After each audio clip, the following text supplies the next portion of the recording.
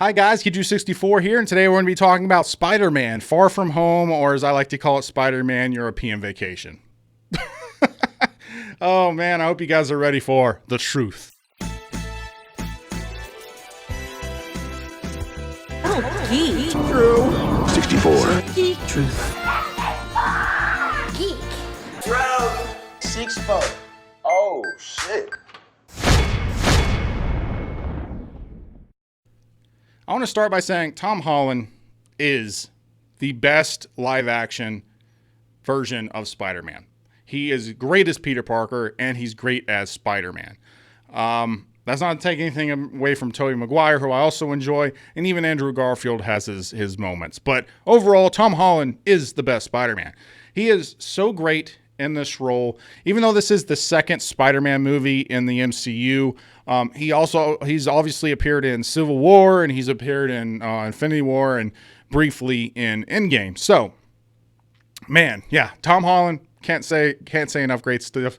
He really carries this movie. He gives this movie a vibe of like Iron Man 1. Like he brings it to a new level here in Far From Home, even from what he did in Homecoming, which I thought Homecoming, he carried that movie really well. But I think he's just gotten more confident as Spider-Man as these movies have gone on. Again, this is the 5th movie he's portrayed Spider-Man in, and I just think he nailed it. I think he nailed it in this movie. He did such a great job. Mysterio is a really cool Spider-Man villain, and I'm so glad. I never would have thought that I'd see a live-action Mysterio ever. The way he fights Spider-Man is not conducive to most movies. The way he deals with Spider-Man is not conducive to most movies. I thought if I ever saw Mysterio in a Marvel movie, in a Spider-Man movie, it would be part of like a Sinister Six or part of like a two-villain, a movie or something. Like, I didn't think him as a villain would be enough to carry a whole movie on his own. Nope, I was wrong. Mysterio is great here. Jake Gyllenhaal is great as Mysterio. Fun fact, I think a lot of people may already know this, but if you didn't know, Jake Gyllenhaal almost played Spider-Man in Spider-Man 2 because Tobey Maguire hurt his back during Seabiscuit, and it was unsure whether he was going to be able to come back and do Spider-Man 2. And so Jake Gyllenhaal at one point was rumored to be taking over that role and was later confirmed to be in talks to take over that role if need be, to replace Tobey Maguire as Spider-Man. Obviously, that didn't end up happening, but that's just a real cool thing that he's now in a Spider-Man movie, and he's Mysterio, and he just does a great job as Mysterio. Now, one of the things that they do really well is Mysterio's powers, Mysterio's illusions. Mysterio is the stuff with Mysterio is legit. Like, some of the best sequences I've seen in the movie theater in the last couple of years. Just very unique. Man, I just loved watching it. Like, I wanted to go back and watch this a second time just to see those specific parts because they're done so well. Nick Fury and Mariah Hill are in this. They're utilized minimally. They really are just a plot device to force Spider-Man to participate in all the stuff that's happening and get Mysterio and Spider-Man together. That's really the only purpose that they serve. And the whole time I was watching it, I was just like, they're acting strange and they're not even in that much. And because like Nick Fury, I don't know. It's like when you're watching it, you're like, did the writers forget who Nick Fury was? In Avengers, he was such a badass in the first Avengers movie. And then Winter Soldier, he's such a badass. and here you're just like, okay, yeah, sure, whatever. Again, they're used minimally. So getting to like the bulk of the movie, the first half of the movie is its weakest point for me. It takes a while to get going, and it relies heavy on that teen comedy to carry the majority of that first half along. And if you buy into it and you enjoy it, you're already into the movie, in which case the second half is just even better, escalated to another degree. It's just a matter of opinion. For me, I think that the whole aspect of the teen stuff was utilized better in Homecoming than it was here. And there's a couple different reasons for that. Mostly just comes down to personal opinion, I think. I just think that Homecoming, all that stuff was interlaced more into the plot, whereas here it is interlaced into the plot, but I think it's just because of pacing. It just feels kind of off to me. The first half of this movie, the pacing feels off to me. I wish they addressed more of the events in Endgame here in this movie. Because I think, covering the idea that 5 years has passed for some people and no time has passed for other people, that's just such a cool idea, especially when you're dealing with like high schoolers. I think it really is a missed opportunity to not delve deeper into that. Again, it is mentioned here, and there's a little bit of an aspect to it, but for the most part, there's not much covered about that specific point. And the whole thing is that all the main cast apparently got snapped, and because they're all the same age, which I think is very coincidental, but I can understand from a writing perspective, you don't want to get rid of any of your characters just because another movie kind of dictates it. So I do understand it from that perspective. But I think maybe taking one of the main cast and aging them up 5 years would have given a lot really cool aspect and a lot of stuff to really deal with that I don't think that they did. Like, to me specifically, I think Ned in particular would have been an awesome character to have aged 5 years and lived through that 5 years of stuff while Peter is the same age. I think that would have been a really cool approach. Again, this just comes down to a preference. I do wish they had done that. It's just an opinion. It's just an opinion on what I wish they would have done, honestly. The action scene at the end of this movie is one of the best Spider-Man action sequences I've ever seen on the big screen. By far. Top tier. Arguably the best. Arguably the best. I still love Doc Ock's train sequence. The CGI hasn't held up all that well, but still, like, the whole way the sequence works itself out is great. And this is definitely to that degree, if not more. This is arguably probably the best Spider-Man action sequence, live action, we've ever had. But that's mostly the last action scene, because the stuff with the elementals, when he's fighting the elementals, that wasn't so great to me. I feel like they couldn't figure out what Spider-Man could do against, a fire monster or a water monster. And, I feel like they didn't really know how he was supposed to fight him. And so those fights are not really, they're not fun.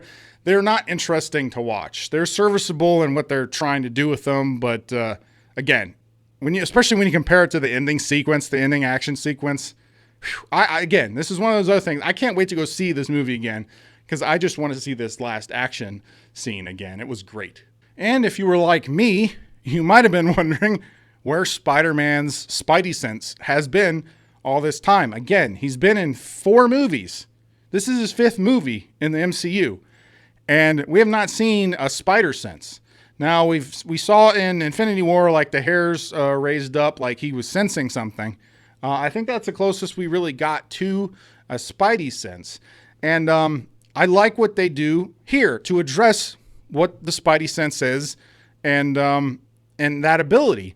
I really like what they did with it. I'm just going to say that because I don't want to get into spoiler territory, but they do address it. It does have something to do with the plot, so it's not just thrown in there as an afterthought. I like what they did there. There are some story points that are similar to Spider-Man 2 here and Far From Home. Far From Home and Spider-Man 2 are like, they're like surrogates. They're like surrogates. But that's not a bad thing at all. You have, one of the things that they take a lot from Spider-Man 2 is the whole, does Peter Parker want to be Spider-Man? Like, that whole story is basically here, which is the same way it was in Spider-Man 2, and it's delivered and packaged in a completely different way. But that whole idea is presented here. And there are a few other similarities as well. I don't want to get too much into them because it may be some spoilers. But there are lots of similarities between Far From Home and Spider-Man 2 that the average moviegoer probably wouldn't even recognize or think about. But since I'm a big Marvel fan and a big Spider-Man fan, I definitely noticed them. But that's not a bad thing. That's a good thing. Spider-Man 2 is arguably the best Spider-Man movie. And again, I think I'm probably going to do a Spider-Man ranking video here soon. Because I do want to talk about some of these Spider-Man movies. Because again, I love Spider-Man and I love Marvel. I just feel like there's some more to talk about than what I've talked about here. But one of the things about Far From Home. Now, this is a personal opinion, which is mostly what reviews are. They're all personal opinions. But for me, it's the supporting cast. So, for me, I grew up on old school Spider-Man. His supporting cast is, Harry Osborn, in some iterations, Gwen Stacy, obviously Mary Jane. You got Flash Thompson. Again, here's the thing is, to me, I grew up with those. That is his supporting cast. So J. Jonah Jameson, all these people are integral to who Spider-Man is to me. Now, almost none of these characters are present in this movie, in this iteration of Spider-Man. And the ones who are changed to such a degree that they're basically not those characters anyway. Some of the changes I don't have a problem with, some I do. Now, for me, MJ, they call her MJ. She's not Mary Jane. That's not her name. They just call her MJ as a way to get around the fact of her not being Mary Jane. She's just MJ. I liked her in this movie. I really found her annoying in Homecoming, but I liked her more in this movie, and I think the chemistry with her and Peter works pretty well. But, that's not Mary Jane. That's MJ, some other character. Flash Thompson. Flash Thompson to me has always been the dumb jock who likes Spider-Man, and he's just kind of a jerk, but he's not a bad guy. He's just kind of a jerk. I mean, he's immature. This version of Flash is not like that. Yes, he likes Spider-Man and he's a jerk, but it's basically just a completely different character. Harry Osborn is thrown out. He's not even in it. You have Ned as a stand-in for his best friend, which is fine. I like Ned. But he's not Harry Osborn. And so, again, to me, I grew up with the old school supporting cast. The new supporting cast, maybe it's just because I'm old. Maybe it's because I'm old and I like that supporting cast over this one. I do. I prefer the old supporting cast. I really do. Again, that's just a preference to me.